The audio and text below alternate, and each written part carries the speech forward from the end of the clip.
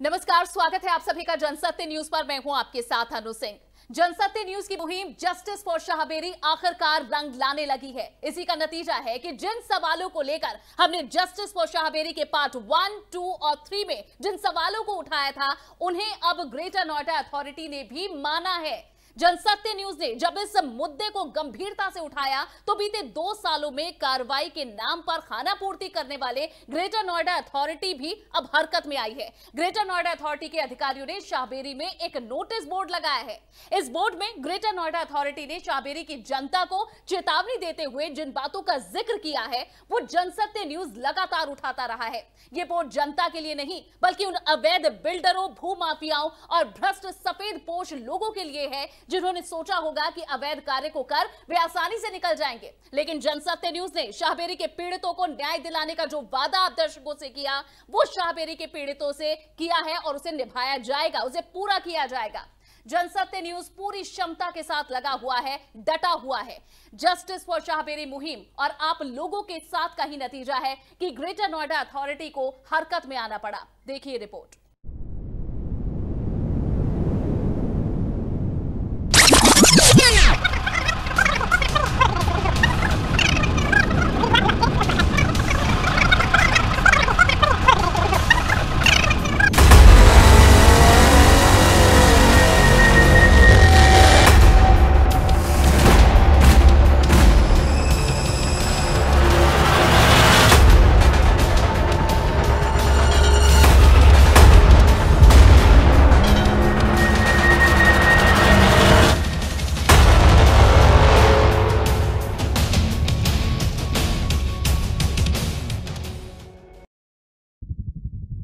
बीते कुछ सालों से शाहबेरी चर्चाओं का केंद्र बना हुआ है।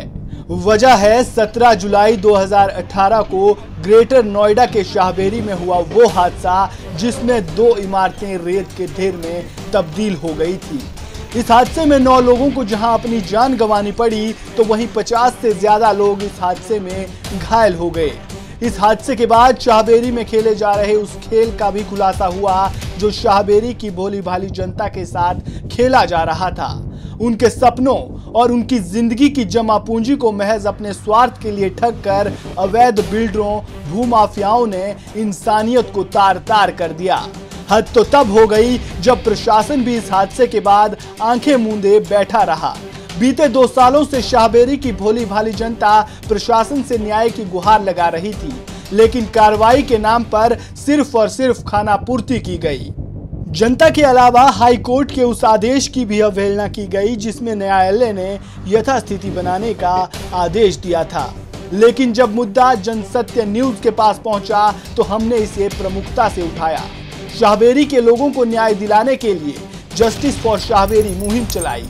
इस मुहिम में जनसत्य न्यूज ने प्रशासन की बदइंतजामी की वो तस्वीरें दिखाई जिसमें कार्रवाई के नाम पर शाहबेरी की जनता के साथ बस मजाक किया जा रहा था। लेकिन देर से ही सही प्रशासन हरकत में आया। जनसत्य न्यूज पर खबर दिखाने के बाद खबर का बहुत बड़ा असर देखने को मिला। बीते कुछ समय से जो ग्रेटर नोएडा अथॉरिटी आंखें मूंदे बैठी हुई थी, वो अब हरकत में आई है और जिस जमीन के खरीदने और बेचने को लेकर और वहां बने अवैध फ्लैट्स को लेकर जनसत्य न्यूज लगातार सवाल उठा रहा था, उसे अब ग्रेटर नोएडा अथॉरिटी ने भी माना है। शाहबेरी में बने वो फ्लैट्स जिनकी गुणवत्ता को लेकर हमने सवाल उठाए, उसे अब आईआईटी दिल्ली ने भी माना है, जिसका प्रमाण है ग्रेटर नोएडा अथॉरिटी की ओर से लगाया गया ये नोटिस बोर्ड। इस नोटिस बोर्ड को जरा ध्यान से देखिए। इस नोटिस बोर्ड में वो बातें लिखी है जिसे जनसत्य न्यूज लगातार उठाता आ रहा है। इस नोटिस बोर्ड के सहारे ग्रेटर नोएडा अथॉरिटी ने शाहबेरी की जनता को चेतावनी जारी की है। जनसत्य न्यूज की खबर का असर सिर्फ ग्रेटर नोएडा अथॉरिटी तक ही सीमित नहीं रहा, बल्कि ग्रेटर नोएडा अथॉरिटी के अलावा पुलिस महकमा भी हरकत में आया और आखिरकार पुलिस की ओर से भी इस मामले में अब कोई ठोस कार्रवाई की गई। पुलिस ने इस मामले में 5 बिल्डरों के खिलाफ गैंगस्टर एक्ट के तहत कार्रवाई की। पुलिस ने 5 बिल्डरों के खिलाफ कार्रवाई करते हुए उनकी लगभग 2 करोड़ रुपए की चल अचल संपत्ति जब्त की। इनमें रेंज रोवर समेत 8 लग्जरी कारें, 1 बाइक और 1 स्कूटर शामिल हैं। थाना बिसरंग द्वारा शाहबेरी प्रकरण के अंदर करीबन 2 करोड़ की संपत्ति को गैंगस्टर एक्ट में अटैच किया गया है। इनके ऊपर इन अभियुक्तों के खिलाफ गैंगस्टर एक्ट लगा हुआ था। इनकी 8 लग्जरी गाड़ियाँ और 2 टू व्हीलर जिनकी कुल कीमत लगभग 2 करोड़ रुपए है, तो गैंगस्टर एक्ट में अटैच किया गया है और आगे की विधिक कार्रवाई जल्द खत्म की जाएगी। पुलिस ने कार्रवाई तो की, लेकिन ये कार्रवाई क्या काफी है, इस पर भी अभी लगातार सवाल उठ रहे हैं। इसके अलावा सवाल ये भी है कि आखिर अब तक ग्रेटर नोएडा अथॉरिटी पर कोई कार्रवाई क्यों नहीं हुई। आखिर अब तक पुलिस ने कई 100 करोड़ का घोटाला और आरबीआई के नियमों का उल्लंघन करने वाले बैंकों पर कोई कार्रवाई क्यों नहीं की। आखिर अब तक वायर्स की एफआईआर दर्ज क्यों नहीं हुई। सवाल कई है जिनका जवाब मिलना अभी बाकी है। जनसत्य न्यूज की यह कोशिश है कि परत दर परत हम इस मामले के सारे तथ्य खोलकर आपके सामने रखें। हमारी मुहिम जस्टिस फॉर शाहबेरी में हमने पार्ट 1, 2 और 3 में आपको इस मामले से जुड़े उन पहलुओं से आपको रूबरू करवाया कि कैसे अवैध बिल्डरों और भूमाफियाओं ने लोगों के साथ ठगी कर उनकी जिंदगी भर की कमाई को ठग लिया। वो पहलू जिन्हें अब तक नजरअंदाज किया जा रहा था। ये जस्टिस फॉर शाहबेरी मुहिम का ही नतीजा है कि ग्रेटर नोएडा अथॉरिटी ने जनसत्य न्यूज के उन सवालों को सही ठहराया है। सवाल कई है और जब तक इन सवालों का जवाब नहीं मिल जाता और जब तक शाहबेरी के पीड़ितों को न्याय नहीं मिलता, जनसत्य न्यूज की जस्टिस फॉर शाहबेरी मुहिम जारी रहेगी। क्योंकि लड़ाई अभी खत्म नहीं हुई है। अभी इस मामले में कई और खुलासे होना बाकी है, कई और परतें खुलना बाकी है। साथ ही अभी कई अवैध बिल्डरों, भूमाफियाओं और उन सफेद पोश लोगों को सजा मिलना बाकी है जिन्होंने शाहबेरी की भोली भाली जनता को ना सिर्फ ठगा है बल्कि उनकी जिंदगी भर की जमा पूंजी को ठग कर उनकी जिंदगी को भी खतरे में डालने का काम किया है। Bureau report, Jansatya news. जी हां, लड़ाई अभी खत्म नहीं हुई है। अभी इस मामले में कई और खुलासे होने बाकी हैं, कई और अभी कुछ और परतें हैं जिनका खुलासा जनसत्य न्यूज के द्वारा करना बाकी है।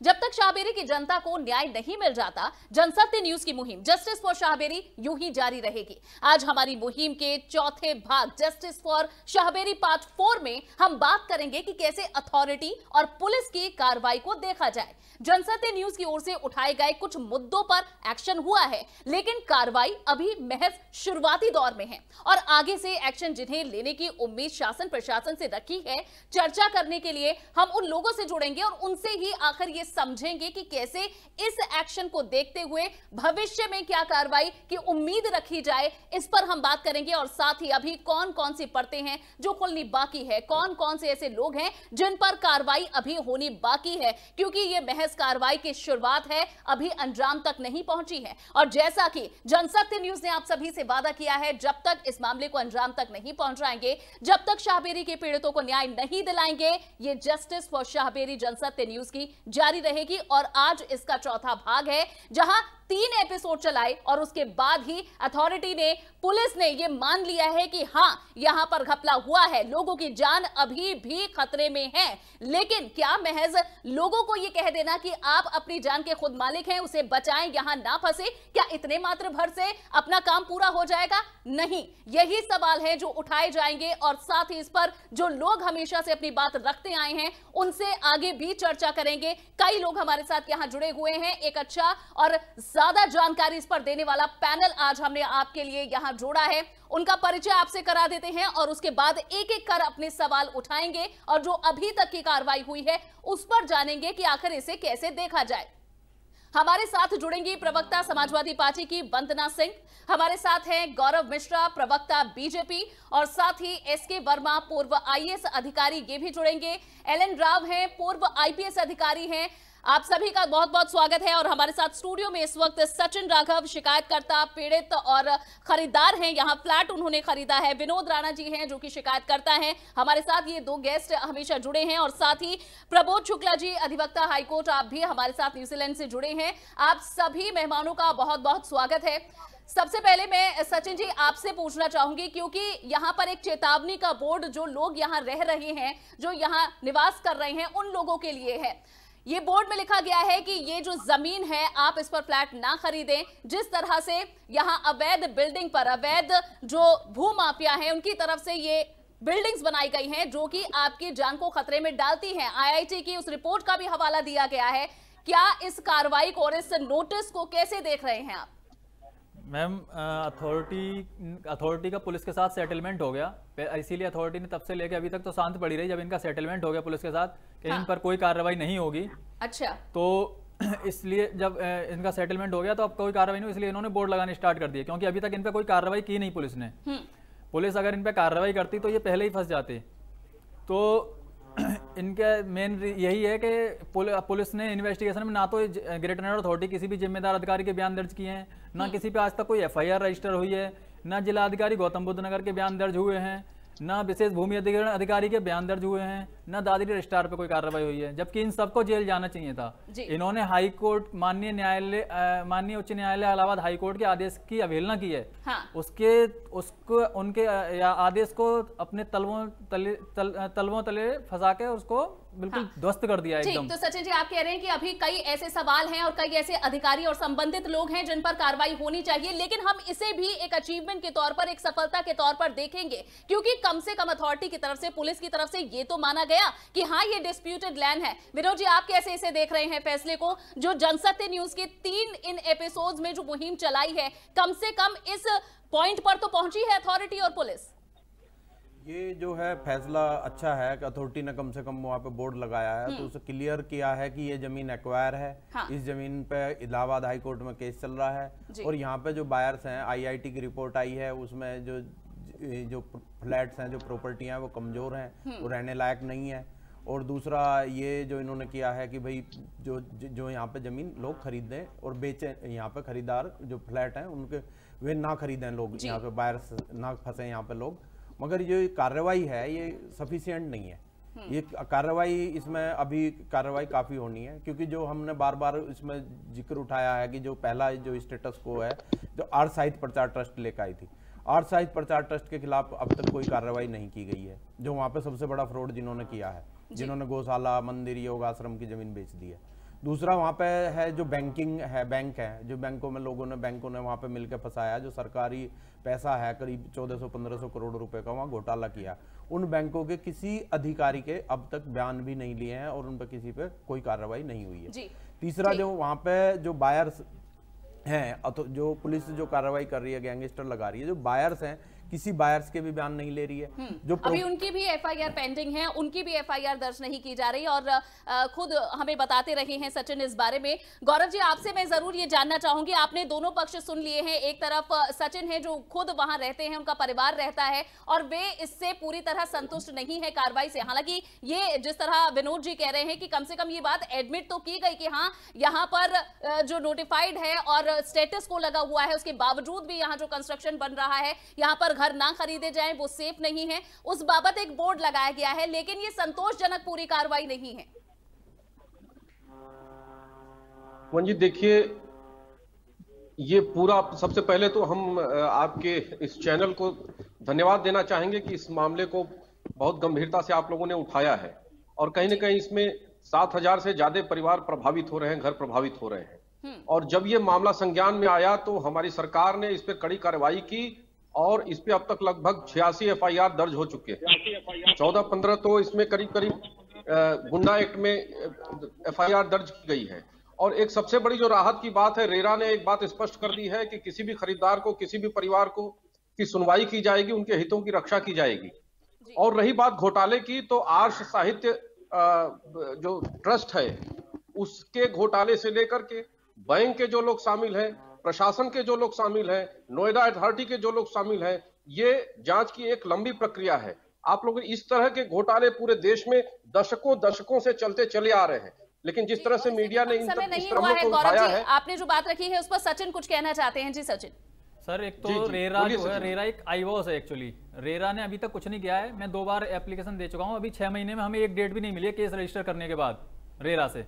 ठीक है, तो रेरा तो एक मतलब एक यूजलेस थिंग है यूपी के अंदर, तो मतलब यूपी में तो होपफुली नहीं, रेरा ने एक बात स्पष्ट कर दिया है सचिन जी आप उसके नोटिफिकेशन को देखिए, किसी भी बायर को के हितों की रक्षा होगी और मैं 3 साल से फॉलो कर रहा हूं सर, 3 साल से मेरा सबसे पहला कंप्लेंट ही नहीं है और सिर्फ वो कलेक्टिव डिसीजन, रेरा तो कलेक्टिव डिसीजन लेगी ना, सबके साथ एक साथ मिलकर के लेगी। सर कलेक्टिव शिकायत फाइल की हुई है सर, कलेक्टिव शिकायतें फाइल की हुई हैं, उसमें से अभी तक हमें एक डेट नहीं मिली। आप ये सोचिए ना कैसे जस्टिस मिलेगा हमें, 7 महीने हो गए करीब, 7 महीने में अभी तक हमें रेरा एक डेट नहीं दे पाया है जिसपे वो सुनवाई कर सके, एक भी डेट नहीं लगी अभी तक, हमारा केस एक्सेप्टेड ही नहीं हुआ अभी तक। जब तक एक सवाल कर रहे हैं और आप कानूनी पक्ष की बात कर रहे हैं, इस बीच में प्रबोध जी को जरूर जोड़ना चाहूंगी। प्रबोध जी, जो बात रखी है रेरा की भी कि वो कितना इफेक्टिव है, जिसकी दुहाई अभी गौरव जी भी दे रहे हैं, ये और साथ ही ये जो अभी डिसीजन आया है, जिस तरह से ये नोटिस बोर्ड लगाया गया है, चेतावनी बोर्ड लगाया गया है, इस कार्रवाई को आप कैसे देख रहे हैं प्रशासन की? देखिए, सबसे पहले तो मैं ग्रेटर अथॉरिटी का धन्यवाद करूंगा कि उन्होंने इस बात को माना। वो कहते कहते 2 साल हो गए थे, हर किसी को पेपर दिखाने पड़ते थे, समझाने पड़ते थे, पेपर होने के बाद भी लोग संशय करते थे, एक मिथ फैलाते थे लोग कि नहीं ये बात सही नहीं है, ये गलत है, ये है। आखिरकार अथॉरिटी ने इस बात को मान लिया, लोगों को बता दिया कि हाँ भाई उनकी जान माल को खतरा है, फ्लैट की जो गुणवत्ता है वो खराब है, ये प्रॉपर्टी पे ये जो लैंड है इस पे सेक्शन 4 सेक्शन 6 हो चुका है, इलाहाबाद हाईकोर्ट में मामले लंबित हैं। मैं मानता हूं कि अथॉरिटी ने बात छुपा ली कि वहां पे यथास्थिति का आदेश है, क्योंकि वो भी इनको इस बोर्ड में लिखना चाहिए था जिन्होंने नहीं लिखा, क्योंकि अगर वो लिखते तो उनको फिर बाद में और बयान देने पड़ते कि आखिर डीएम गौतम बुद्ध नगर उनकी कंटेम्प्ट पिटीशन में पार्टी क्यों नहीं। वो एक अलग, मैं धन्यवाद दूंगा ग्रेटर नोएडा अथॉरिटी का कि उन्होंने माना तो इस बात को। आज की डेट में शाहबेरी का हर व्यक्ति इस बात को अब जान गया है, मान गया है कि यहाँ पे एक्विजिशन की प्रोसीडिंग पेंडिंग है, इन बिल्डिंगों की क्वालिटी अच्छी नहीं है। जिस चीज पे खुद का आदमी हमेशा कंफ्यूज था, वो बहस करता था, पेपरों को नहीं मानता था। कम से कम लोग इसे समझेंगे, और उसके बावजूद जब स्टेटस को लगने के बावजूद और 2018 में जब हादसा हुआ जिसका हमने जिक्र किया, 9 लोगों की जान गई, उसके बावजूद 1500 से ज्यादा यहाँ अभी तक रजिस्ट्री हो चुकी है। आखिरकार क्या ये रुकेंगी या नहीं, ये भी हम आप लोगों से जानेंगे। लेकिन जो हमारे साथ इस वक्त एसके वर्मा जी, पूर्व IAS ऑफिसर जुड़े हुए हैं। एसके वर्मा जी, आप किस तरीके से इस पूरे केस को और इसमें हो रही कार्रवाई और जिम्मेदार अधिकारियों को देख रहे हैं, जो वो अधिकारी जिनके जिम्मेदारी थी कि आखिर किस तरह से व्यवस्थित तरीके से इस पूरे मामले को आगे बढ़ाया जाए, लेकिन इन लोगों की मिली भगत हुई। यही वजह है कि आज ऐसी बिल्डिंगें खड़ी हो गई हैं जिसको लेकर IIT दिल्ली की तरफ से चेतावनी दी गई है कि ये सुरक्षित नहीं है, और उसके बावजूद क्या ऐसे नोटिस भर लगाने से अधिकारियों की जिम्मेदारी खत्म हो जाती है? पहले तो मैं आपके चैनल को धन्यवाद दूंगा कि बहुत अच्छा मुद्दा आपने उठाया है जी। मैं आपको यहाँ स्पष्ट कर दूं कि एक होता है नोटिफाइड एरिया और एक होता है एक्वायर्ड एरिया। ये जो शाहबेरी का एरिया है, ये एक एरिया नहीं है बल्कि करीब 100 गांव हैं जो कि नोएडा, ग्रेटर नोएडा और यमुना एक्सप्रेसवे के नोटिफाइड एरिया में आते हैं। नोटिफाइड एरिया के लिए स्पष्ट शासनादेश है कि उनमें बिल्डिंग बायलॉज वही लागू होंगे जो कि नोएडा अथॉरिटी के एक्वायर्ड एरिया में लागू होंगे। जो सेक्टर डेवलपमेंट में जो लागू होगा वही वहां पे भी लागू होगा। लेकिन गांव की जमीन, फ्री जमीन अगर है, वहां के लिए अभी तक बिल्डिंग बायलॉज गवर्नमेंट ने नहीं बनाए, अंडर प्रोसेस हैं, अभी नहीं बने हैं, और उसका फायदा लोग उठाते हुए कभी जिला पंचायत से नक्शा पास करा लेते हैं, कभी लोकल अथॉरिटी से नक्शा पास करा लेते हैं, कभी अथॉरिटी के पास जाते हैं। और अथॉरिटी या रेरा में मैं एक चीज रेक्टिफाई करना चाहूंगा सर जी। शाहबेरी में सर जो आप बिल्डिंग बायलॉज की बात कर रहे हैं सर यहाँ पे एक्विजिशन की प्रोसीडिंग का स्टेटस को देश है। देखिए सर, बिल्डिंग किस अनुमति से बनेगी या क्या बिल्डिंग बनेगी वो सवाल दूसरा है, और सर यहाँ पे क्या बिल्डिंग बन सकती है सवाल इतने पे ही रुके तो बेहतर रहेगा। मैं आपकी बात को बिल्कुल समझ रहा हूँ कि शाहबेरी का जो एरिया है वो धारा 6 और उसके अंतर्गत एक्वायरिंग की पोजीशन में है, जो कि हाईकोर्ट से स्टेटस क्वो के ऑर्डर पर है। मैं उस बात को समझ रहा हूँ,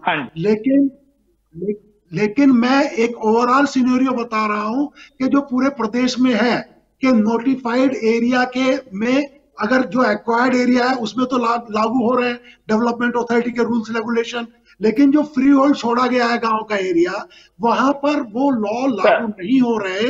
और इसके लिए अभी तक गवर्नमेंट ने कोई बिल्डिंग बाइलॉज नहीं सर, इसमें लॉ बिल्कुल क्लियर है, लॉ बिल्कुल क्लियर है sir. UP industrial development act का सेक्शन 9 क्लियरली कहता है सर कि सर इसमें आप कंस्ट्रक्शन बिना अथॉरिटी की, सर वो एक अलग टॉपिक है सर। अभी शाहबेरी का वो टॉपिक नहीं है सर, वो एक अलग लीगल बैटल है और वो शाहबेरी के टॉपिक से रिलेटेड नहीं है।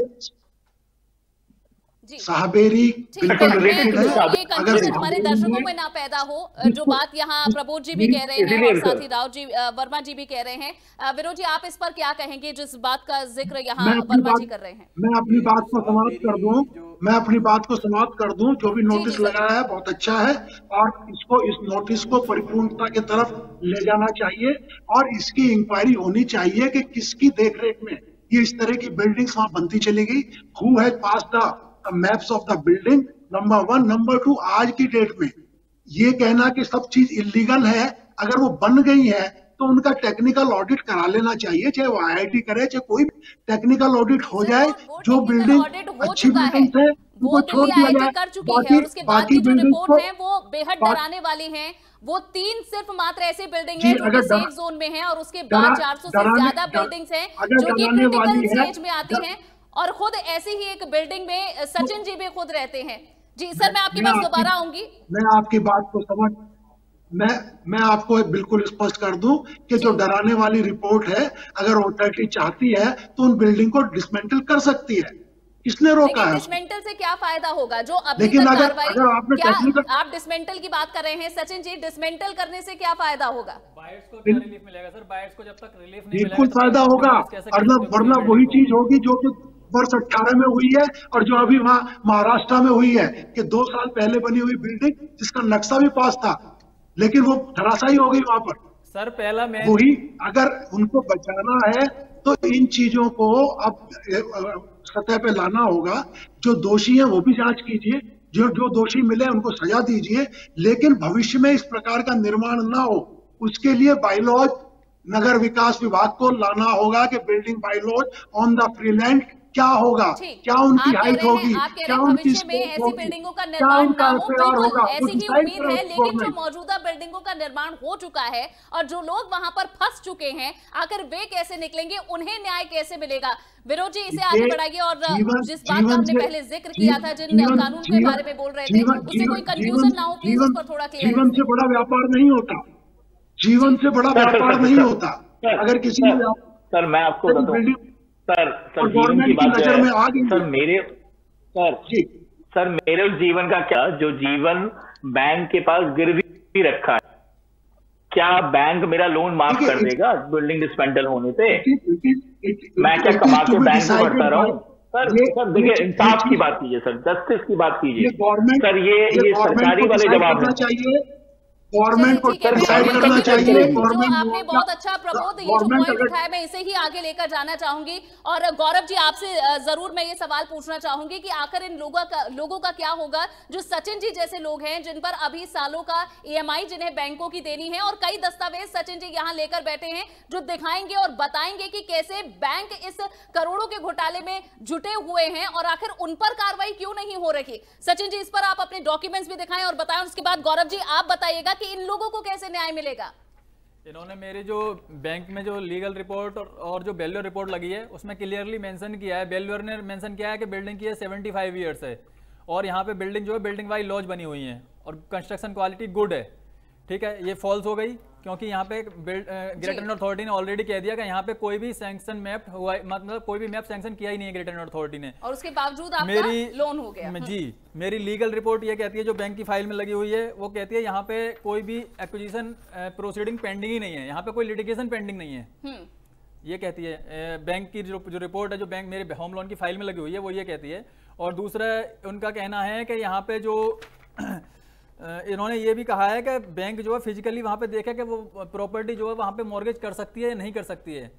ठीक है। और इन्होंने एक चीज ये भी बताई कि ये प्रॉपर्टी जो फ्री होल्ड प्रॉपर्टी है, जबकि इस प्रॉपर्टी पे 16 अक्टूबर 2014 से स्टेटस को पेंडिंग है, ठीक है। और इस प्रॉपर्टी पे 1994 में ये नोटिफाइड विलेज बना था, जून 2013 से यहाँ पे लैंड एक्विजिशन प्रोसीडिंग पेंडिंग है। तो इन सारी चीजों को छुपा के एक फर्जी रिपोर्ट लगा के बैंकों ने लोन दिया है। और ये 1400 करोड़ का लगभग घोटाला है, जिसमें 7000 परिवार फंसे हैं, कम से कम 30 से 35,000 लोग फंसे हुए हैं। जब तक इनको घर के बदले घर नहीं मिलेगा, आप कैसे डिमोलिश करवा दो किसी भी चीज को ऐसे? जी गौरव जी, अब इस पर जवाब दें कि आखिर इन्हें न्याय और इन्हें राहत कब तक मिलेगी? आगे के लिए तो कह दिया गया है कि लोग यहाँ जमीन ना खरीदे, फ्लैट ना खरीदे, लेकिन जो लोग ऑलरेडी फंस चुके हैं वो क्या करें? अनु जी, मेरा बस एक सवाल है गौरव जी से।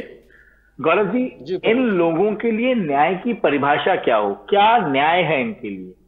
मुझे बस वो एक बार परिभाषित कर देंगे तो ज्यादा बेहतर हो जाएगा। गौरव जी बताएंगे। निश्चित रूप से देखिए, इसमें बिल्डर और बैंक दोनों की सांठगांठ है और दोनों की सांठगांठ से ही ये ठगी आम जनता के साथ हुई है। लेकिन दिक्कत वहां आती है कि जब हम कोई चीज खरीदने जाते हैं, बहुत सस्ती चीज भी अगर कोई बाजार से खरीदते हैं तो 10 बार उसको चेक करते हैं सही है या गलत है। तो कहीं ना कहीं जाने अनजाने में अगर किसी अपराधी के साथ हम सम्मिलित हो जाते हैं तो हम भी उसके हिस्सेदार बन जाते हैं और बाद में हमको पीड़ा झेलनी पड़ती है। बैंक का आर्किटेक्ट, बैंक का वकील कह रहा है कि प्रॉपर्टी जब ये जमीन ट्रस्ट की जमीन थी, क्या अपेक्षा करते हैं आप? मेरा जो बैंक है, जब ये जमीन ट्रस्ट की जमीन थी और इनकम्बरेंस में किसी भी जमीन का पूरा रिकॉर्ड मिल जाता है, आज तो ऑनलाइन है, सारी चीजें पता चल जाती, पूरी हिस्ट्री पता चल जाती किसी लैंड के बारे में, और फिर जानबूझ करके उस विवादित जमीन में फंसना और फिर बाद में ये इंतजार करना कि रेगुलराइज तो हो ही जाएगी, वो भी कहीं ना कहीं एक परचेजर को मुसीबत में डालता है। लेकिन अब जब ये मामला आप लोगों के प्रयासों से खुला है, जी प्रबोध जी। मिश्रा जी, अथॉरिटी को यही बात बताने में आज 6 साल लग गए, तो आप चाहते हैं कि एक आम आदमी को 2 दिन में पता लग जाता? जो बात आप कह रहे हैं, जो बात आम जनता को प्रबोध जी बताने में, प्रबोध जी आप इसको ऐसे समझिए, प्रबोध जी ये तो बहुत साफ है कि ये घोटाला है, और ये घोटाला है तभी यादव सिंह जैसे अधिकारी जो है पैदा होते हैं, जिनके पास अरबों की संपत्ति आ जाती है कि इस घोटाले में फंसी हुई जनता के लिए न्याय क्या है? क्या है न्याय की परिभाषा जनता के लिए? इसका जवाब दें, आखिर उन्हें न्याय कैसे मिलेगा जिन लोगों की अभी सालों की EMI बाकी हैं और जिन्हें ये नहीं पता कि इस बारिश में उनका घर बचेगा या नहीं? और जैसे सचिन जी ने भी बताया कि 2018 में जो बिल्डिंग गिरी थी, उसी के ही साथ वाली बिल्डिंग के तीसरे माले की एक दीवार गिर गई। तो क्या हर बारिश में हम बच गए, इसका शुक्रिया मनाता रहे खुदा से, भगवान से, या फिर कुछ करेंगे, सरकार भी करेगी, प्रशासन भी कुछ करेगी? देखिए, हमारी सरकार ही है जो रेरा जैसे कानून को लाई है, और उसी रेरा ने आश्वस्त किया है कि किसी भी इन्वेस्टर को नुकसान नहीं होने देंगे, उनका पैसा मिलेगा। मेरी पूरी बात सुन लीजिए प्रभु जी, मेरी पूरी बात सुन लीजिए, मेरी पूरी बात सुन लीजिए, पूरी बात सुन लीजिए। और जब कोई विवाद न्यायालय में लंबित है, रेरा इलीगल प्रॉपर्टी पे सर, छोटा सा सवाल, क्या रेरा डीएम गौतम बुद्ध नगर और ग्रेटर नोएडा अथॉरिटी के खिलाफ कोई आदेश पारित कर सकता है? नहीं, जो मेन कल्प्रिट हैं उनके खिलाफ जब आदेश ही पारित सकता है, लेकिन जो खरीदार हैं, जो परचेजर हैं, उनके हितों की रक्षा के लिए रेरा जिम्मेदार है, और रेरा उसकी जिम्मेदारी लिया है, रिटर्न ले लिया है। सर क्या बैंक के खिलाफ आदेश पारित करेगा रेरा? नहीं है ये प्रोजेक्ट, हम इसमें बिल्कुल बैंक के खिलाफ जांच के बाद जो लोग भी इसमें सम्मिलित होंगे वो दंड के भागी होंगे, उनको दंड मिलेगा, इसमें कोई दो राय। लेकिन जांच की जो प्रक्रिया है वो पूर्ण होगी, और ये घोटाला पहले से चलता चला आ रहा है, उसकी जिम्मेदार हमारी सरकार है। सचिन जी जो सवाल उठा रहे हैं, प्रबोध जी जो सवाल उठा रहे हैं, उसे भी एक बार सुनिए। वो कह रहे हैं कि रेरा इस पर किसी तरह की कोई कार्रवाई करने के लिए बाधित ही नहीं है। वो कह रहे हैं कि इलीगल कंस्ट्रक्शन है। सुनवाई सर, वो इस पे सुनवाई नहीं करेगा, परंतु जो प्रभावित परिवार हैं, जो प्रभावित इन्वेस्टर्स हैं, उनको उनके हितों की रक्षा करेगा। वो जो उन्होंने इन्वेस्ट किया है उसको कैसे सुरक्षित किया जाए, उसका आश्वासन रेरा ने दिया है। और ये जांच के बाद ही स्पष्ट होगा कि कितने परिवार प्रभावित हैं, उनका कितना बैठे हैं, उन्हें दे दीजिए। क्या रेरा इसमें किसी तरह की कार्रवाई करेगा? आप बताएं कि अगर ये आश्वासन आप दे दें। भाई जब वो लेने गए थे उस समय तो रेरा जैसा कानून भी नहीं था, रेरा जैसी संस्था भी नहीं थी इस देश में। ये तो हमारी सरकार है कि उसकी जांच भी कर रही है और जो उसमें भ्रष्ट लोग हैं उनको सलाखों में भी भेज रही है।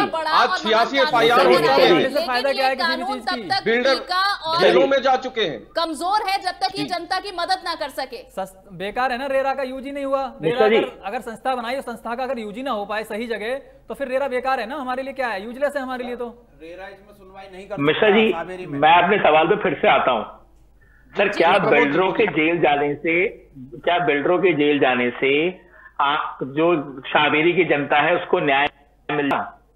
क्या किसी के जेल जाने से मेरा पैसा मुझे मिल जाएगा, मेरा घर बच जाएगा, मेरे ऊपर की EMI लोन खत्म हो जाएगा, मेरा जीवन कैसे बचेगा? मुझे इतना बताइए मिश्रा जी। मेरे लिए न्याय है कि मैं इस अभाव से, इस पीड़ा से मुक्त हूं। मेरा न्याय ये है, मेरी मुक्ति का द्वार बताइए आप। गौरव जी, और इसका भी जवाब दें। प्रबोध जी, आप एक वकील हैं, आप एक लॉयर हैं, कैसे मदद करेगा? राणा जी और सचिन जी कह रहे हैं मैं एक वकील होने के नाते बताता हूँ कि अगर सचिन जी अपनी शिकायत लेकर जाएंगे तो रेरा उस पर सुनवाई करेगा। शिकायत दे रखी है मैंने, 7 महीने हो गए। जी बताएं गौरव जी। जी प्रबोध जी। देखिए सर, आपने जो बात की यहाँ पे तो रेरा की, उसकी मैं सिंपल सी बात कहता हूं सर। मेरा संविधान 1950 से बना हुआ है। मेरे राइट टू लाइफ में आता है कि मेरे जीवन जान माल की रक्षा की जिम्मेदारी गवर्नमेंट ऑफ की है। तो आपकी सरकार रेरा कानून बनाए या ना बनाए, उसकी जिम्मेदारी 50 से थी और हमेशा रहेगी जब तक हिंदुस्तान में संविधान जिंदा है। जी, आप कह रहे हैं कि शासन प्रशासन जिम्मेदार है और लोगों वही कानून ये भी कहता है कि जब आप कोई चीज खरीदने जाइए तो आप ये देखिए कि वो कानून सम्मत है या नहीं है। आप रेत पे मकान बनाएंगे और उसके बाद आप उसकी जिम्मेदारी कानून को देंगे तो कहां से आपकी जिम्मेदारी लेगा? आप अवैध कॉलोनियों में अवैध जगहों पर जाकर के प्रॉपर्टी खरीदेंगे और उसके बाद उसका दोष आप कानून को देंगे तो कानून कहां से जिम्मेदार होगा? आप देखिए दिल्ली में क्या स्थिति है, जमुना के किनारे, जमुना नदी के अंदर मकान बना दिए गए। पब्लिक को सेव कौन करेगा? भ्रष्टाचार पर अंकुश हमारी सरकार ने लगाया है। ये जांच हमारी सरकार के दौरान हो रहा है और जो इन्वेस्टर प्रभावित है उनके हितों की रक्षा के लिए हमारी सरकार काम कर रही है। जमीन को कैसे खरीद लिया लोगों ने, और उसके लिए आपको बधाई शुरुआत में ही दे दी। अच्छी बात है कि कम से कम आकर इस मुद्दे पर, इस पॉइंट पर तो अथॉरिटी आई है कि माना है कि यहाँ इलीगल कंस्ट्रक्शन है और आगे लोग यहाँ ना फंसे। साथ ही हवाला दिया गया है। और ये घोटाले प्रबोध जी पहले से चले आ रहे, पिछली सरकार ये संपर्क में आए हैं। इसमें मेरी सरकार जिम्मेदार नहीं, मेरी सरकार तो वही काम कर रही है जो न्याय संगत है। समय लगा है गौरव जी, आपकी सरकार की हालत ये बताता हूँ और जो प्रबोध जी भी जो सवाल उठा रहे हैं। देखिए IIT दिल्ली जांच कर रही थी इसकी। आखिर आप उनकी जान का और उनकी संपत्ति जो उन्होंने इन्वेस्टमेंट किया है उसकी क्या श्योरिटी देते हैं?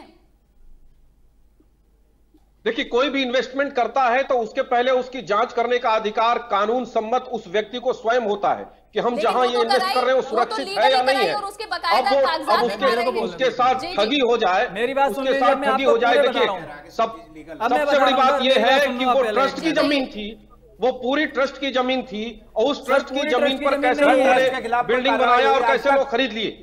सर, पूरी ट्रस्ट की जमीन में आपको मैटर नहीं पता, मैं आपको मैटर बता देता हूँ। पूरी शाहबेरी ट्रस्ट नहीं है। ट्रस्ट में 3 टाइप की लैंड है यहाँ पे। ट्रस्ट की लैंड भी है, कस्टोडियन लैंड भी, शत्रु संपत्ति। मैं मानता हूँ कि इसमें अलग-अलग प्रवृत्ति की होंगी जमीनें, जिस पे लैंड एक्विजिशन हुआ वो भी अलग-अलग नेचर की होंगी। और जिनकी जिम्मेदारी थी, जो 25 रेट में पार्टी है, जिलाधिकारी गौतम बुद्ध नगर, ग्रेटर नोएडा अथॉरिटी और विशेष भूमि अधिग्रहण अधिकारी, ये तीनों पार्टी है उसमें। तो मेरी ये किस लिए बैठे जब ये बचा ही नहीं सकते? स्टेटस को माननीय न्यायालय के आदेश की अवहेलना कर दी इन्होंने। किस लिए बैठे हैं फिर यहाँ पे? एडमिनिस्ट्रेशन का काम है न्यायालय के आदेश का पालन कराना, क्यों नहीं करा पाई 6 साल में? और फिर भी ये सीट पे जमे बैठे हैं अभी तक, ना कोई एक जेल गया, कोई भी भ्रष्टाचारी। ये भ्रष्टाचारी राक्षस हैं, जब तक बैठे रहेंगे इस देश में कुछ नहीं हो सकता, ऐसे ही कांड होते रहेंगे।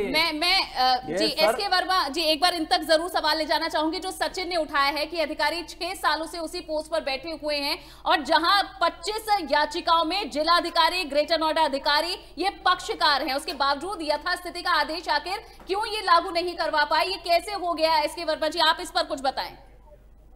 मैं ये बता रहा था आपको, लेकिन आप लोग उसको सुनने को तैयार नहीं है। जी जी, आप कहें। फ्री होल्ड लैंड में जब कोई बायलॉज नहीं है, मैं ये नहीं कह रहा हूँ कि जिलाधिकारी को दोषी नहीं है। आप सबकी जांच कराइए, किसका क्या रोल था, अथॉरिटी का क्या रोल था, अथॉरिटी के जो जोन अधिकारी थे उनका क्या रोल था, जिलाधिकारी का क्या रोल था। इन सबकी जांच होनी चाहिए, जांच हो और जो दोषी हो उसको सजा भी दी जाए। मेरा अपना ये मानना है कि आज की डेट में अगर शाहबारी में कुछ किया जा सकता है, वहां के 7,000 15,000 परिवार जो भी आप लोग बता रहे हैं, उनको कैसे व्यवस्थित किया जाए, क्या वहीं पर व्यवस्थित किया जाए। आज हमारे पास टेक्नोलॉजी है कि जो बिल्डिंग बनी खड़ी हुई है उसको भी हम स्ट्रेंथनिंग करके उस लायक कर सकते हैं कि उसमें हजार्डस कोई एक्टिविटी ना हो। जब जो आईआईटी की रिपोर्ट्स आई हैं, जो बिल्डिंगों को सुदृढ़ीकरण किया जा सकता है, रिपोर्ट का हवाला देना चाहूंगी। एसके वर्मा जी, आपने कहा कि क्या इन्हीं बिल्डिंग्स को व्यवस्थित किया जा सकता है। ये CGWA की रिपोर्ट है जिसके अकॉर्डिंग जो बिसरत ब्लॉक है वो ओवर एक्सप्लॉइटेड एरिया है। ये रिपोर्ट में पहले ही बता दिया गया है, तो कैसे आप इसे व्यवस्थित करेंगे? आप भी इस रिपोर्ट के बारे में और बेहतर बताएंगे। सचिन, बताएं थोड़ा। मैं आपको क्या कहना चाह रहा हूँ, अथॉरिटी आपकी लैंड है, आपने वहां पर कंस्ट्रक्शन किया, अथॉरिटी को रोकना चाहिए था, नहीं रोका। बिल्डिंग किसने पास की, नक्शा किसने पास किया, ये सब जांच कीजिए। आपने टेक्निकल जांच कराने, जांच करनी है, पुलिस तो जांच कर ही नहीं रही। सर यही तो फ्रॉड है, कोई नक्शा पास ही नहीं है। अथॉरिटी तो कह रही कोई नक्शा पास हुआ ही नहीं। इसका अगर आप मुझसे अल्टरनेटिव सॉल्यूशन चाहते हैं जी, तो दो ही तरीके हैं। या तो गवर्नमेंट सब्सिडाइज करे इन परचेजर्स को, हाँ, और इनको कहीं दूसरी जगह सेटल करे। बिल्कुल, इनके पास ऑप्शन है, यूपी रिहेबिलिटेशन कर सकते हैं।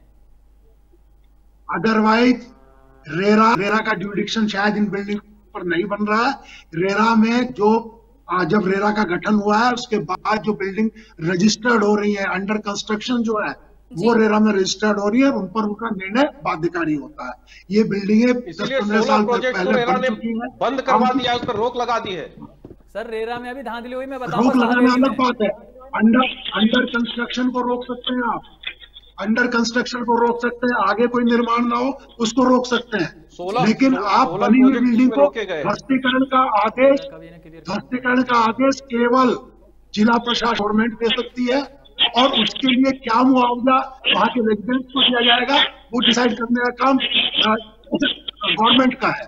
बिल्कुल, सारी तो इसी बात पर है एसके वर्मा जी। जो तमाम मुद्दे आप उठा रहे हैं, यही जस्टिस फॉर शाहबेरी के अंतर्गत उठाता जा रहा है जनसत्य न्यूज। यही मुद्दे हैं कि आखिर न्याय असली क्या होगा, और कुछ विकल्प जहां और लोग भी बता रहे हैं, आपने भी कहा इसी पॉइंट पर तो पहुंचना है। मैंने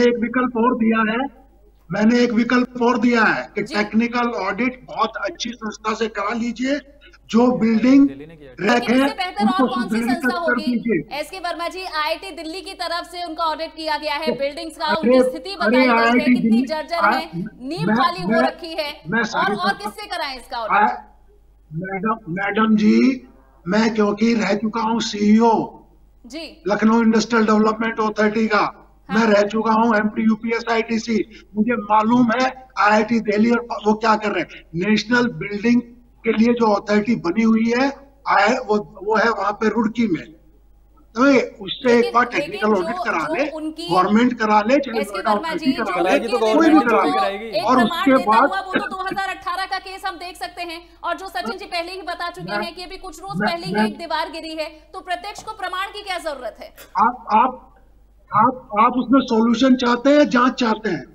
सॉल्यूशन के नाम पे दो ही चीजें हैं, न्याय मिले, हमें न्याय भी तो चाहिए, न्याय दो ही तरीके से मिल सकता है।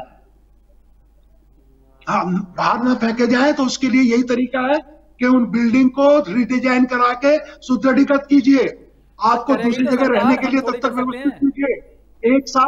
एक साल अगर वो बिल्डिंग में काम होता है, एक साल आपको गवर्नमेंट कहीं अपने फ्लैट्स में रखे, बिल्कुल तभी आपकी बचत हो सकती है। अधिकारी बता रहे हैं, पूर्व अधिकारी बता रहे हैं, उन्होंने कुछ सुझाव भी दिए हैं किस तरह से रिहैबिलिटेट भी किया जा सकता है और कैसे इन बिल्डिंग को सुरक्षित बनाया जाता है, व्यवस्थित बनाया जा सकता है। लेकिन सबसे ज्यादा जरूरी जो संबंधित अधिकारी है उनकी जांच होनी चाहिए। नोएडा पुलिस ने अभी तक जिम्मेदार अधिकारी उन पर जांच नहीं की। जिलाधिकारी गौतम बुद्ध नगर, विशेष भूमि अधिग्रहण अधिकारी, ग्रेटर नोएडा अथॉरिटी और दादरी रजिस्ट्रार के बयान तक दर्ज नहीं किए हैं, तो आखिर इस तरह की जांच कब होगी?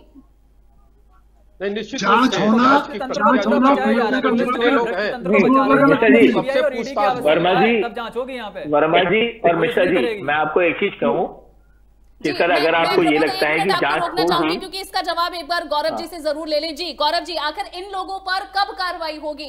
आखिर को चुनिंदा 5 बिल्डरों पर गैंगस्टर एक्ट लगाकर उनकी प्रॉपर्टी को सीज कर लेना, क्या महज यही कार्रवाई है जिसकी उम्मीद हमें ऐसी सरकार से की जाए जिसने बड़े बड़े आदेश दिए हैं, बड़े बड़े ऐसे कई ऐसे घोटाले हैं जिनका पर्दाफाश कर दिया है और जिनसे उम्मीद की जा सकती है और खुद यहाँ के लोग उम्मीद रखते हैं, तो आखिर कब तक उम्मीद हम भी बांधे? अनु जी, ये हमारी सरकार है, पूज्य योगी आदित्यनाथ जी की उत्तर प्रदेश में सरकार है, जो भ्रष्टाचार के विरुद्ध जीरो टॉलरेंस की नीति पर काम कर रही है। और यही कारण है कि इस तरह के घोटाले आप जैसे चैनलों के माध्यम से उजागर हो रहे हैं, उस पर कार्रवाई हो रही है। और इस जांच की प्रक्रिया के दौरान वो सारे व्यक्ति जांच के दायरे में आएंगे जो इस भ्रष्टाचार में लिप्त रहे हैं, और उनके ऊपर दंडात्मक कार्रवाई भी होगी, इसमें कोई दो राय नहीं है। समय की बात है और हर जांच अपनी एक नियत समय लेती है, वो समय ले रही है। मिश्रा जी, मैं आपसे कार्रवाई की परिभाषा समझना चाहूंगा कि कार्रवाई की परिभाषा से क्या मतलब है आपकी सरकार का? आपकी सरकार किसे कार्रवाई कहती है? ये कार्रवाई तो है, ये चीजें उभर करके आई हैं। 86 FIR हो गए। किसे कहती है कार्रवाई? मैं ये समझना चाहूंगा, क्या है कार्रवाई? फाइन नहीं लगेगा। करीब 25 करोड़ की संपत्ति जब्त हो गई, 14 प्रोजेक्ट रोक दिए गए। ये कार्रवाई की परिभाषा में आती है। देखिए, पारिवारिक कार्रवाई की परिभाषा में आप लेना चाहेंगे तो सबसे पहले तो वो प्रॉपर्टी ही सब जुडिश है, वो प्रॉपर्टी बनाने से देखिए अब वही हाई कोर्ट में बिल्कुल मिश्रा जी, आपने पॉइंट पर कर दिया। अंतिम निर्णय दे देता तब तक जो है उसी पॉइंट पे आ रहा हूं। एक अलग विषय हो गया जी। आपका बिल्कुल आपने पॉइंट पकड़ लिया मिश्रा जी, कि जब वो जगह खुद सब्जुडिस है वो प्रॉपर्टी, आपको पता है कि जितनी ये कब्ज की वो जब्त की प्रॉपर्टी कहते हैं डीएम या पुलिस जो कहती है, वो वही शाहबेरी की फ्लैट है। तो उस जब्ती का फायदा क्या? जिस फ्लैट की कोई वैल्यू ही नहीं है, जो फ्लैट पहले ही इलीगल है, तो मिश्रा जी अब ये बताइए, नहीं मिश्रा जी अब ये बताइए, क्या डीएम गौतम बुद्ध नगर उसी प्रॉपर्टी डीलर की तरह वहां पे बैठ के इलीगल फ्लैट की वो नीलामी करवाएगा, या वो कमिश्नर गौतम बुद्ध नगर इलीगल फ्लैट की नीलामी करवाएंगे? फिर तो अगर वो करवाएंगे नीलामी, तो फिर तो उस बिल्डर ने कोई अपराध ही नहीं किया। आप क्या कह रहे हैं? आप किस कार्रवाई की बात कर रहे हैं? आप घर में जाइए ना। आप जिस प्रक्रिया की बात कर रहे हैं, जिस प्रक्रिया की बात कर रहे हैं, हर जांच का अपना एक सिस्टम है, उस सिस्टम से जांच हो रही है। और जब पहली बार 2 मामले आ गए, एक तो जो इन्वेस्टर्स हैं, जो परिवार है, सुन लीजिए, आप आपने बोल दिया, आपको सुन लीजिए प्रबोध जी, एक बार सुन लीजिए। एक चीज बता दूं, फिर आप बता लीजिएगा। मैं आपको बस ये बता रहा हूं कि सर, जांच चार्जशीट फाइल होने तक होती है। जब मुकदमे में चार्जशीट फाइल ऑलरेडी हो चुकी है, अब कौन सी जांच होगी? क्या जांच होगी? अभी जांच बची 40 FIR में लग गई होगी। फाइनल पुलिस ने तो पल्ला झाड़ लिया। एक भी अधिकारी पे FIR हुई अभी तक? किसी भी एक FIR ग्रेटर नोएडा अथॉरिटी के एक अधिकारी पे FIR करके जेल भेजा गया, और डीएम गौतम बुद्ध नगर को जेल भेजा हो गया। चार्जशीट पर ऐसी कार्रवाई पर विश्वास? कब कार्रवाई होगी? सपने में, अंधेरे में? दो पक्ष है। एक तो पूरे इंटायर एरिया की पूरी जांच हो, और जब से मैटर सब जुडिश है, 2014 से उस पे स्टे है, उस समय से क्या मामला है, एक तो उसका फैसला है। दूसरा, आप जो प्रभावित परिवार हैं, उनको कैसे इमीडिएट रिलीफ मिले, उस पर सरकार निश्चित रूप से सोचेगी, गंभीरता से सोचेगी, और सोच रही है, तभी ये सारे निर्णय आ रहे हैं। IIT दिल्ली ने जो रिपोर्ट सौंपी है, उस रिपोर्ट के आधार पर यह स्पष्ट हो गया कि वो रहने लायक एरिया नहीं है। ठीक है, गौरव जी वो रहने लायक एरिया नहीं है। पल्ला झाड़ना चाहते हैं कि जांच की जाएगी, और निश्चित रूप से हमारी सरकार एक संवेदनशील सरकार है, और हितों की और नागरिकों के हितों की रक्षा के लिए कटिबद्ध है, भ्रष्टाचार कराने के लिए कटिबद्ध नहीं है। गौरव जी, मेरा एक सवाल है आपसे, जिन्होंने वहां गौशाला, योगाश्रम और मंदिर की जगह बेच दी, उन ट्रस्टियों के खिलाफ कब कार्रवाई होगी? जी देखिए, ये ट्रस्टी तो दशकों से अपना ये खेल खेल रहे हैं, पूरे देश में खेल रहे हैं, और पूरे ये मामला सिर्फ नोएडा तक ही सीमित नहीं है। इस ट्रस्ट का ये मामला झारखंड में भी है, बिहार में भी है, उत्तर प्रदेश के विभिन्न क्षेत्रों में है। तो उस पर भी जांच चल रही है सेपरेट। लाला जी, मिश्रा जी ये कहना चाहते हैं कि ये तो दशकों से ट्रस्ट वाले ऐसा कर रहे हैं, तो दशकों तक करते रहेंगे, हम कुछ नहीं करेंगे। ये जानकारी मान लीजिए नहीं कर पाएंगे, हमारी सरकार में नहीं हो पाएगा ये खेल, ये खेल नहीं हो पाएगा, ये खेल हमारी सरकार के पूर्व की सरकारों का खेल है। लेकिन कहाँ इस 2016 से सर इस ट्रस्ट ने हजारों करोड़ रुपए 2017 से है लोगों से, और स्टेटस को खुद सर आपकी सरकार के राज्यकाल में 2017 से 2020 के बीच में 1500 रजिस्ट्री हो चुकी हैं। अब कौन सा सर मुझे अलग सा सरकार का कार्यकाल हो तो वो बता दीजिए जिसमें कि आप ये कह पाए कि हमारी सरकार के कार्यकाल में कोई भ्रष्टाचार नहीं हुआ। 17 से अभी तक 1500 रजिस्ट्री हो चुकी है, उससे पहले की रजिस्ट्री की बात ही नहीं करता। हुई तो योगी गवर्नमेंट में हुई, और मेरे साथ अभी 3 साल से मैं भाग रहा हूँ, कोई कार्रवाई नहीं हो रही है, वो भी योगी गवर्नमेंट में ही हो रही है, मुझे नहीं पता कुछ भी। ये आपने कब प्रॉपर्टी लिया था सचिन जी, आपने कब प्रॉपर्टी लिया था? 21 सितंबर 2017 और फरवरी 2017 में योगी गवर्नमेंट आ गई है सर। ठीक है, अब बताइए। तो ये वो मकान आपने 2017 में लिया था, इसका मतलब है कि वो प्रॉपर्टी तो आपकी पहले से बन के रेडी हो गई होगी, दूसरे के सरकार में, नोएडा को समाजवादी पार्टी के सरकार में ही वो बनी होगी जी। पिछली सरकारों में वो प्रॉपर्टी बनी है, आप उसका दोष हमारी सरकार पर दे रहे हैं। उल्टा हमारी सरकार जांच भी कर रही है और दोषियों पर कार्रवाई भी कर रही है। मेरे साथ जो ठगी हुई वो योगी सरकारों में हुई, पिछली सरकारों से जुड़ा हुआ ये मामला है 2014 से लेके अब तक, इसमें 2 सरकारें आई हैं। घोटाला घपला कभी भी हुआ हो, लेकिन क्या ये यूं ही चलता रहेगा? गवर्नमेंट में हुई, यूं नहीं चलेगा, यूं ही नहीं चलेगा। 8 महीने में मेरी FIR रजिस्टर हुई खाली। अरे मिश्रा जी, गौशाला की जमीन 15 मार्च 2018 को बिकी है। गौशाला की जमीन बिकी है, कोई कंस्ट्रक्शन नहीं हुआ, बिकी 18 में। अब सपा की गवर्नमेंट तो नहीं थी, 18 में बिकी है, 18 में हमारी सरकार या हमारे सरकार का कोई मंत्री उस घोटाले में शामिल है। ये खेल अनवरत पहले से चलता चला आ रहा है, प्रबुद्धि आप इस बात को जान रहे हैं। और जब कोई घटना बाहर उभर करके आती है तब उसकी जांच होती है, तो क्या जांच का एक नियत समय होता है, उस समय के बाद ही उसको आपकी जिम्मेदारी यहाँ मौजूद जनता के प्रति है। हमने जो सवाल पूछा वो मंत्रियों के लिए नहीं कहा, हमने कहा जो ट्रस्टी है उनके खिलाफ कार्रवाई क्यों नहीं हो रही? बिल्कुल होगी, जांच की रिपोर्ट आने दीजिए, निश्चित रूप से होगी। 2 महीने पहले 9 मई 2018 में खिलाफ कार्रवाई होगी। 9 मई 2018 में कितने साल में आज तक कोई कार्रवाई नहीं हुई? ये देखिए कितने साल में बिल्डिंग गिरने से 8 महीने पहले से मैं इन्फॉर्म कर रहा था पूरे एडमिनिस्ट्रेशन को। 12 अक्टूबर 2017 को मैंने पहले कंप्लेंट की थी। सर जांच का समय तो खत्म हो गया। वो बैंक का अधिकारी हो, चाहे वो नोएडा अथॉरिटी का अधिकारी हो। जुड़ा हुआ सवाल एसके वर्मा जी की तरफ भी ले जाना चाहूंगी। वर्मा जी ये बताइए कि आखिर किस तरह से जब यथास्थिति के बावजूद जिला अधिकारी गौतम बुद्ध नगर रजिस्ट्रियां क्या करा सकते हैं? 2018 के बावजूद जब बिल्डिंग गिर गई और जब मुख्यमंत्री की तरफ से आदेश दिए गए कि तय समय सीमा के अंदर इस पर जांच हो, उसके बावजूद भी रजिस्ट्रियां हुई हैं, तो आखिर ये कैसे मुमकिन है? तो चीजें हैं रजिस्ट्री के बारे में, अगर आप पूरी जानकारी लेना चाहें तो एक रजिस्ट्री एक ऐसी प्रक्रिया है कि आप ताजमहल की जाके रजिस्ट्री करा दीजिए, रजिस्ट्री हो जाएगी। वर्मा जी केवल एक सवाल, बिल्कुल क्लियर वर्मा जी, बिल्कुल क्लियर सवाल, क्या उच्च न्यायालय के आदेश के बावजूद रजिस्ट्रार रजिस्ट्री कर सकता है या नहीं? क्या रजिस्ट्रार की कलम उच्च न्यायालय के जज से बड़ी है? अगर हाईकोर्ट ने रजिस्ट्री के लिए वहाँ बैन किया हुआ है, बिल्कुल नहीं कर सकता। स्टेटस को में तो यही है ना सर, उसमें की है, में तो टाइटल चेंज नहीं हो सकता। अब देखिए गौरव जी 2018 के बाद की स्थिति बता रहे हैं और ये खुद पूर्व IAS अधिकारी हैं जो कह रहे हैं बिल्कुल भी रजिस्ट्रियां नहीं हो सकती। तो आप कह रहे हैं कि आपकी सरकार में सरकार तो दोषी है ही। 2018 के बाद रजिस्ट्रियां कैसे हो गई? फिर 2018 के बाद क्यों लोग परचेस करने जा रहे हैं किसी विवादित जमीन को? ये तो आपने बताया ही नहीं। क्योंकि बैंक भी दे रहे हैं सर, वहाँ पे बैंक लोन दे रहे हैं, वहाँ पे रिपोर्ट ये नहीं आता, रिपोर्ट में ये नहीं आता कि जमीन एक्वायर है।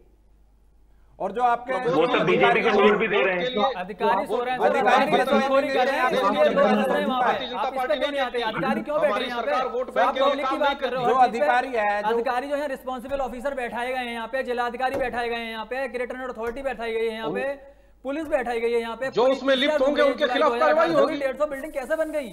1500 रजिस्ट्रियां बिल्डिंग गिरने के बाद कैसे हो गई? जो अधिकारी वहाँ पे पेपर देते हैं, जब पेपर निकलवाने जाते हैं, वो उस पे ये लिख के नहीं देते यहाँ पे एक्विजिशन प्रोसीडिंग पेंडिंग है और यहाँ पे हाई कोर्ट का स्टेटस को है। बताएं गौरव जी। अथॉरिटी ने अब बता के दिया है, आपसे पहले कहां बता दिया?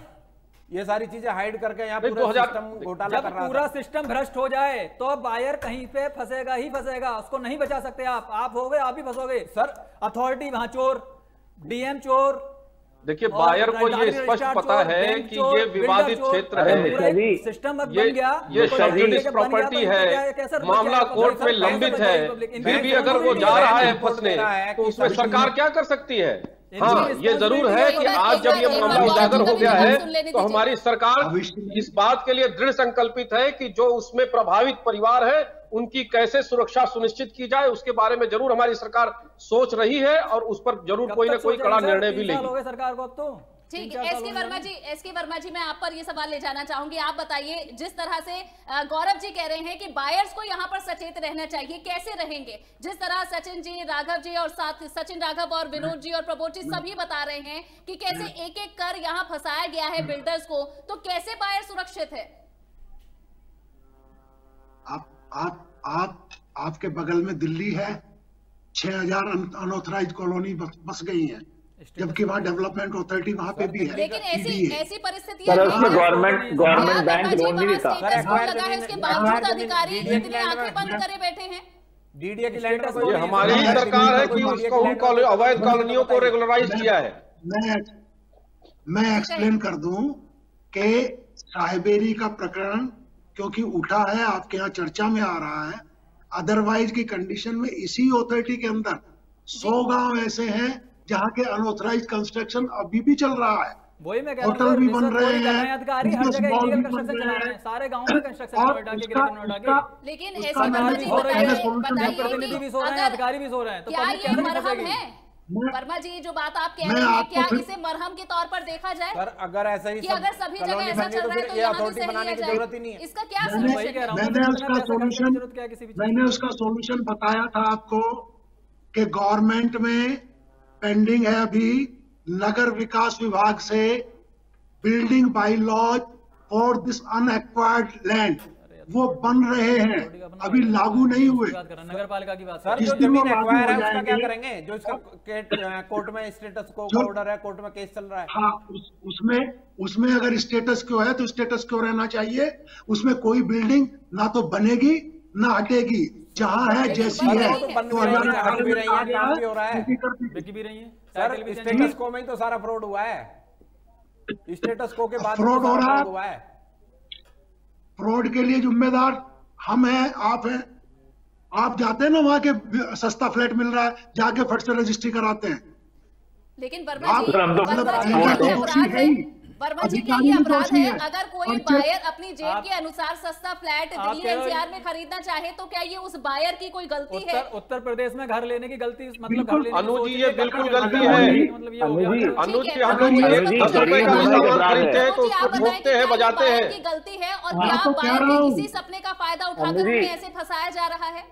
अनुजी वर्मा जी और मिश्रा जी कह रहे हैं, अनुजी वर्मा जी और मिश्रा जी कह रहे हैं कि हिंदुस्तान में गरीब होना ही एक अपराध है और गरीब होके न्याय की कल्पना करना तो उससे बड़ा अपराध है। प्रबोध जी वकील है लेकिन राजनीतिक बात कर रहे हैं। प्रबोध जी वकील है और राजनीतिक बात कर रहे हैं। मत जाइए सर, राजनीति तो ये कह रहा हूं और राजनीतिक भाषा में जाएंगे तो इतनी स्वस्थ बहस जो हो रही है, इतनी हेल्दी डिबेट जो हो रही है वो रास्ते से भटक जाएगी। प्रबोध जी, मिश्रा जी, पीएम गौतम बुद्ध नगर के खिलाफ कोई कार्रवाई नहीं।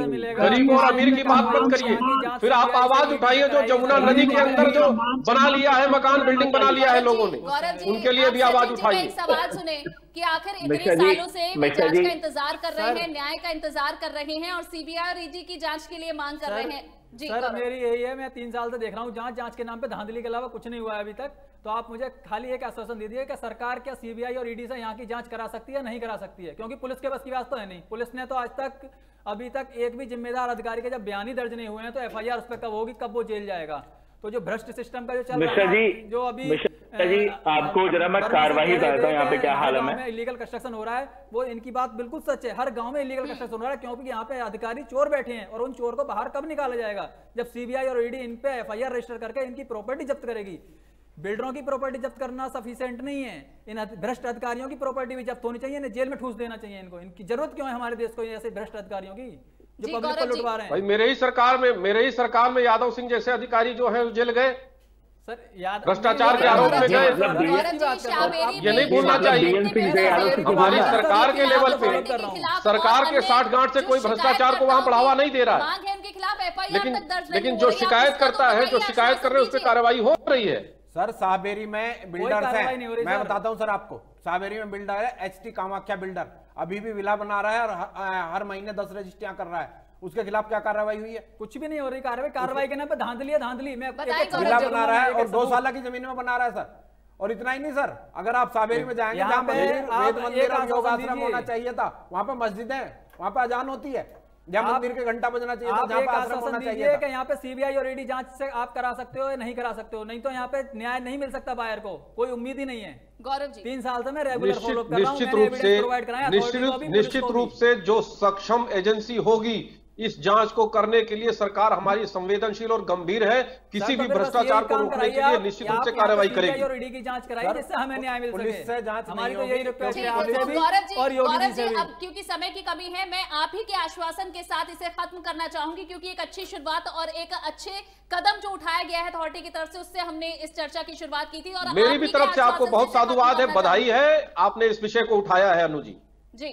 अब आप सर आप बताएं, आप एक आश्वासन तो दें, जो बात यहाँ सचिन उठा रहे हैं, क्या CBI और ED से कराइए सर सावेरी कांड की जांच। पुलिस की जांच पर वो कह सचिन रहे जी हैं, एक बात का आश्वासन दे सकते हैं, सचिन जी हम आपको एक बात का आश्वासन जरूर दे सकते हैं कि हमारी सरकार में जो सक्षम से सक्षम एजेंसी होगी इस जांच को पूर्ण करने के लिए निष्पक्ष तरीके से, बिना किसी भेदभाव के, बिना बायस्ड हुए, और हमारी सरकार इस जांच को सुनिश्चित कराएगी और न्याय दिलाएगी। लोकल एडमिनिस्ट्रेशन नहीं कर पाएगा सर, ये बात आप नोट कर लेना। मेरी बात चलिए अब मैं गौरव जी देखिए, बस एक चीज है इसमें गौरव जी, सबसे बड़ा कल्पित है जी। प्रभु जी हमारे पास समय कम है जी, थोड़े शॉर्ट में अपनी बात रखें।